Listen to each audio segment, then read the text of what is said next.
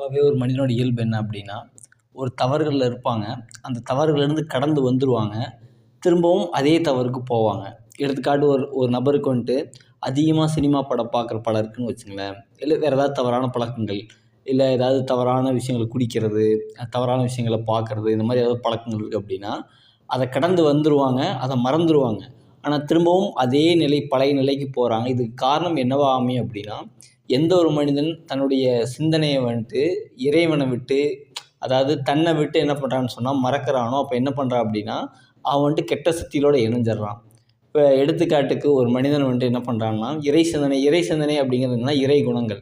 இறை குணங்கள்ல வாழ்றோம் அப்படின்னா, நம்ம பொறுமையா, சகிப்புத்தன்மையோட, நல்ல பண்புகளோட, இரக்கத்தோட, அதாவது மத்தவங்க மேல இரக்கப்பட்டு, அவங்களுக்கு உதவி செய்றது, அதாவது இரக்கப்பட்டு உதவி செய்றது, ஏதாவது ஒண்ணு செஞ்சா சகிச்சு பொறுமையா இருக்கிறது. அதேமாரி நமக்குன்னு இறைவன் ஒரு உள்ளுணர்வா குடுத்துருப்பான்.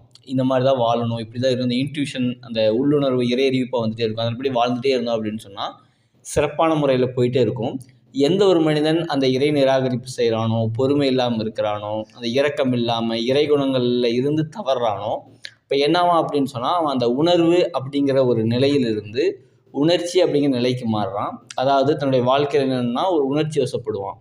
கவலையாக இருக்கலாம், இல்ல பயமாக இருக்கலாம், கோபமா இருக்கலாம், இல்ல மத்தவங்க மேல வந்துட்டு என்னன்னு சொன்னா வந்துட்டு தவறான எண்ணம் கொள்றதா இருக்கலாம், துக்கமா இருக்கலாம், பெருமையா இருக்கலாம், பொறாமையா இருக்கலாம், இல்ல அதிகமான மகிழ்ச்சியா இருக்கலாம். இல்ல என்ன அப்படின்னு சொன்னா, அந்த ஒரு பொருள் என்கிட்ட தான் இருக்கணும், அவன்ட்ட இருக்கக்கூடாது. அந்த மாரி ஏதோ ஒரு விஷயங்கள் என்ன ஆகும்ன்னு சொன்னா வந்துட்டு, அந்த தவறான விஷயங்கள் அப்படிங்கிறபோது அவன் உணர்ச்சிக்கு போயிடுறான். இப்ப இந்த நேரத்தில அவன்ட்ட இறை சிந்தனை கண்டிப்பா இருக்காது. இதற்கு முன்னாடி இருந்த இரக்கம், பொறுமை இந்த நேரங்கள்ல என்ன இருக்கும்னா, இறை சிந்தனை இருக்கும். எப்ப இந்த உணர்வு அப்படிங்கிற அந்த நிலையிலிருந்து உணர்ச்சிங்கிற இந்த மாரி நிலைக்கு, உணர்ச்சி வசப்படும் கோபம் இந்த மாரி போயிடுறாங்க அப்படின்னா, அப்ப கண்டிப்பா அவன்ட்ட அந்த இறை உணர்வு இருக்காது. அப்ப அவன் இறை சிந்தனைய விட்டு வெளிய போயிடுறான். எப்ப அந்த மனிதன் இறை சிந்தனைய விட்டு வெளிய போயிடுறானோ என்ன ஆகும்னா, கவலைப்படுறான்னு வச்சுக்கங்களேன். அப்ப கவலைப்படும்போது என்ன ஆகும்? கெட்ட சக்திகளோட இணைஞ்சிடுறான். ஏன்னா, கவலை அப்படிங்கிறது உணர்ச்சி, உணர்ச்சிங்கிறது கெட்ட சக்திகளுடைய அந்த அதோட கேரக்டர். அப்ப அவன் அந்த அந்த குணத்துல கெட்ட குணங்கள்ல வாழும்போது என்ன ஆகும்ன்னு சொன்னா, அவன் கெட்ட சக்தியோட இணைஞ்சிடுறான். இப்ப கெட்ட சக்திகள் அப்படிங்கிறது என்ன பண்ணும் அப்படின்னு சொன்னா, நம்ம கெட்ட விஷயத்தின் பால் நம்மளை கொண்டு போகும். நான் செய்யறது தான் கரெக்ட் அப்படின்னு சொல்லிட்டு தவறான விஷயம் செஞ்சுட்டு இருப்போம். நம்ம அதிலிருந்து வெளிய வரவே முடியாது. இப்ப அந்த என்ன ஆகும் அப்படின்னா, இப்ப நெகட்டிவிட்டி வந்துருச்சா இல்லைங்களா? இப்ப திரும்பவும் பழைய தவறுகள், அவங்க அதிகமா சினிமா பார்க்கக்கூடிய பழக்கங்கள், தவறான விஷயங்கள் பார்க்கறது, தவறான விஷயங்கள் குடிக்கிறது, தவறான மருத்துவ முறைகள் மேற்கொள்றது, அந்த மாரி திரும்பி ஒருத்தர் கூட அதிகமா மாத்திரை சாப்பிடுற பழக்கம் இருக்குன்னு வச்சுக்கங்களேன். டேப்லெட்ஸ் எடுத்துக்கிறாங்க, மெடிசின்ஸ் எடுத்துக்கிறாங்க, ட்ரக்ஸ் எடுத்துக்கிறாங்க அப்படின்னா, அவங்க அதிலருந்து கடந்து வந்துருவாங்க.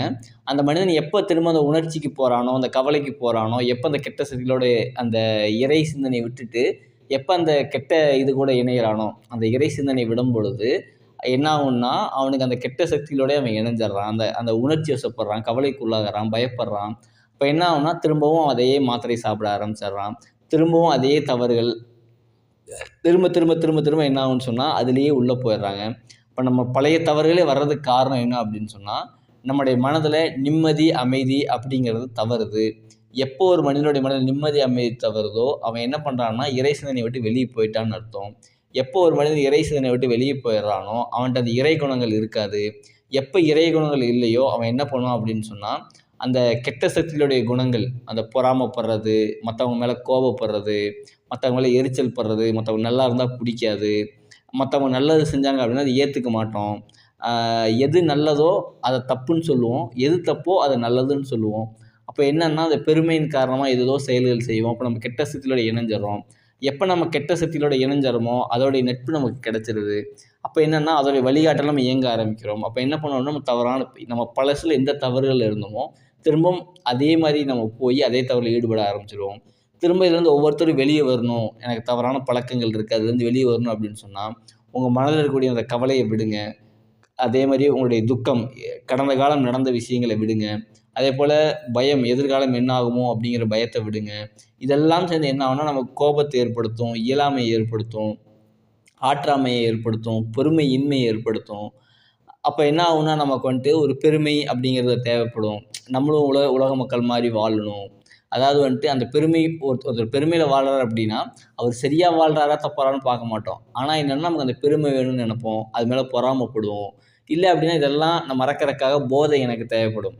போதைப் பொருள் தேவைப்படும், மகிழ்ச்சி தேவைப்படும். அப்ப இதுலேருந்து ஒவ்வொருத்தரும் வெளிய வரணும் அப்படின்னா, உங்க மனத வந்துட்டு நிம்மதியின் பக்கம், அமைதியின் பக்கம் திருப்புங்க. இதுக்கெல்லாம் ஒரே வழி என்னன்னு சொன்னா, நீங்க இந்த மாரி இருக்கிறீங்க அப்படிங்கும் பொழுது, இறைவன்ட்ட பிரார்த்தனையா வைங்க. உங்களுக்கு இறை நம்பிக்கை இருந்துச்சு அப்படின்னு சொன்னா, இல்ல எனக்கு இறை நம்பிக்கை இல்ல அப்படிங்கிற நபரா இருந்தீங்கன்னு சொன்னா, நீங்க உங்க மனசுல அந்த இறை அறிவிப்பா, இயற்கை ஒரு விஷயத்த சொல்லும் மனசுல. அப்ப அது இதுல நான் வெளிய வரணும். அத நீங்க நம்புங்க. அதற்காக என்னன்னு சொன்னா பொறுமையா இருங்க. இப்போ ஒரு விஷயம் நீங்க தவறு செஞ்சுட்டீங்க அப்படின்னா, அப்ப அதுலேருந்து வெளிய வரணும்னு உங்க மனசு சொல்லுதா இல்லைங்களா? அது வேண்டாம், மனசு பதறுது வேண்டான்னு சொல்லுதுன்னா, கண்டிப்பா அதுலருந்து வெளிய வந்துரணும் அப்படிங்கிற எண்ணமா வைங்க. கண்டிப்பா அது நடக்கும்னு நம்புங்க. கண்டிப்பா நடக்கும். இப்ப நீங்க ஒரு விஷயத்துல போயிட்டீங்க, அதுலேருந்து வர்றதுக்கு கொஞ்சம் நேரம் எடுக்கும். கொஞ்சம் பொறுமையா இருங்க. பொறுமையா இருந்தோம்னா கண்டிப்பா ஒண்ணுது வெளிய வந்துரலாம். நீங்க நம்ம தவறு செஞ்சுட்டு இருக்கோமே, நம்மலாம் எங்க வெளிய போறோம் அப்படின்னு நெனைக்க வேண்டாம். அப்ப பழைய தவறுன்னு நம்ம போயிட்டோம், அவ்வளோதான் நம்ம வாழ்க்கை முடிஞ்சுச்சு அப்படின்லாம் நெனைக்காம, அதுலேருந்து வரணும் அப்படிங்கிற உங்களுக்கு உள்ளுணர்வா வருதா இல்லைங்களா? அந்த உள்ளுணர்வ நம்புங்க. கண்டிப்பா அதுலருந்து நீங்க வெளிய வந்துரலாம். வெளிய வரணும் அப்படின்னு சொன்னா, நீங்க அந்த கவலையிலிருந்து வெளிய வந்து, உங்க மனத நிம்மதியின் பக்கம், அமைதியின் பக்கம் திருப்பணும். நீங்க இறை குணங்கள்ல வாழணும். வாழும்பொழுது இறை சிந்தனை வரும். இறை சிந்தனையில இருக்கும்போது என்ன ஆகும்னு சொன்னா, உங்களுக்கு தவறான விஷயங்கள் உங்களை விட்டு போயிரும். கெட்ட செயற்கைகள் உங்களை விட்டு விலகிரும். இப்ப நீங்க நல்லதின் பால் போவீங்க. நல்லது நல்லதா தெரியும். கெட்டது கெட்டதா தெரியும். உங்க வாழ்க்கை சிறப்பான முறையில் அமையும்.